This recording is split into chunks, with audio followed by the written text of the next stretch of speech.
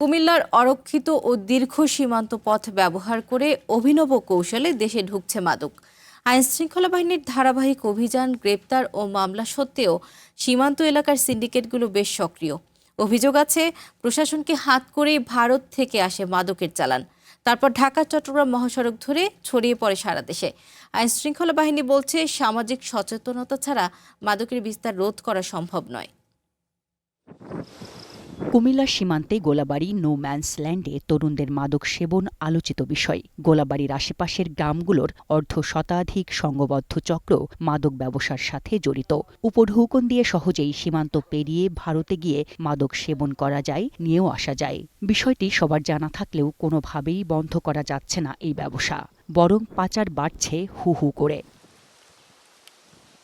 গত এক বছর ধরে কুমিল্লার ১০৪ কিলোমিটার সীমান্তে ভারত কাঁটাতারের বেড়া নির্মাণ করছে। এখনও চলছে নির্মাণ কাজ। এই কাঁটাতারের বেড়ার উপর দিয়েই ছুঁড়ে দেওয়া হয় মাদক। অন্যদিকে গোমতীর নদীপথ তো আছেই, সেই পথেও দিনে দুপুরে দেদারসে চলছে মাদক পাচার। ভারত থেকে আমাদের এলাকায় অনেক মাদক ঢুকতেছে।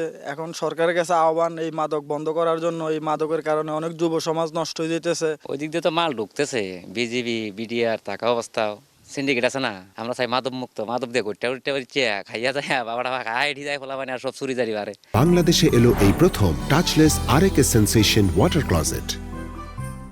শুধু প্রশাসন বা আইনশৃঙ্খলা বাহিনী দিয়ে মাদক নিয়ন্ত্রণ সম্ভব নয়, প্রয়োজন জনসচেতনতা, বলেছেন বিজিবি অধিনায়ক। বর্ডার গার্ড বাংলাদেশ সবসময়ই মাদকের ব্যাপারে সর্বোচ্চ সতর্কতা এবং সর্বোচ্চ ধরনের প্রিপারেশন নিয়ে থাকে মাদক প্রতিরোধ এবং মাদক দ্রব্য ধরার বিষয়ে। আপনি জেনে আনন্দিত হবেন, পূর্বের যে কোনো সময়ের তুলনায় আমাদের মাদক দ্রব্য ধরা কিংবা মাদক দ্রব্যের সাথে জড়িত থাকার যে ধরনের আসামি গ্রেফতার করা কিংবা মাদক ব্যবসায়ীদের ধরার ব্যাপারে আমাদের পূর্বের চেয়ে যে কোনো সময়ের চেয়ে আমাদের সাফল্য অনেক বেশি। জেলার সদর, বুড়িচং, ব্রাহ্মণপাড়া ও ১৪ গ্রাম সহ উপজেলার সীমান্তে ৩৬টি পয়েন্টে প্রায় প্রতিদিনই নানান ধরনের মাদকের চালান আসছে।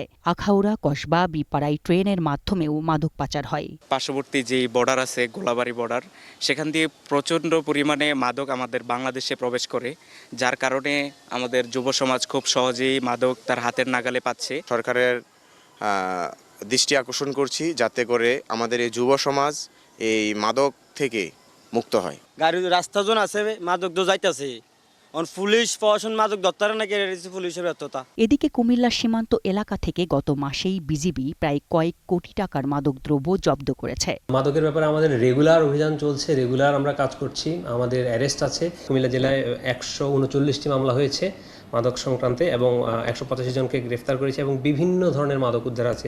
মাদক মুক্ত দেশ গড়তে বিজিবি, পুলিশ সহ সবাই সম্মিলিতভাবে কাজ করবে, এমনটাই প্রত্যাশা কুমিল্লাবাসীর। One national desk.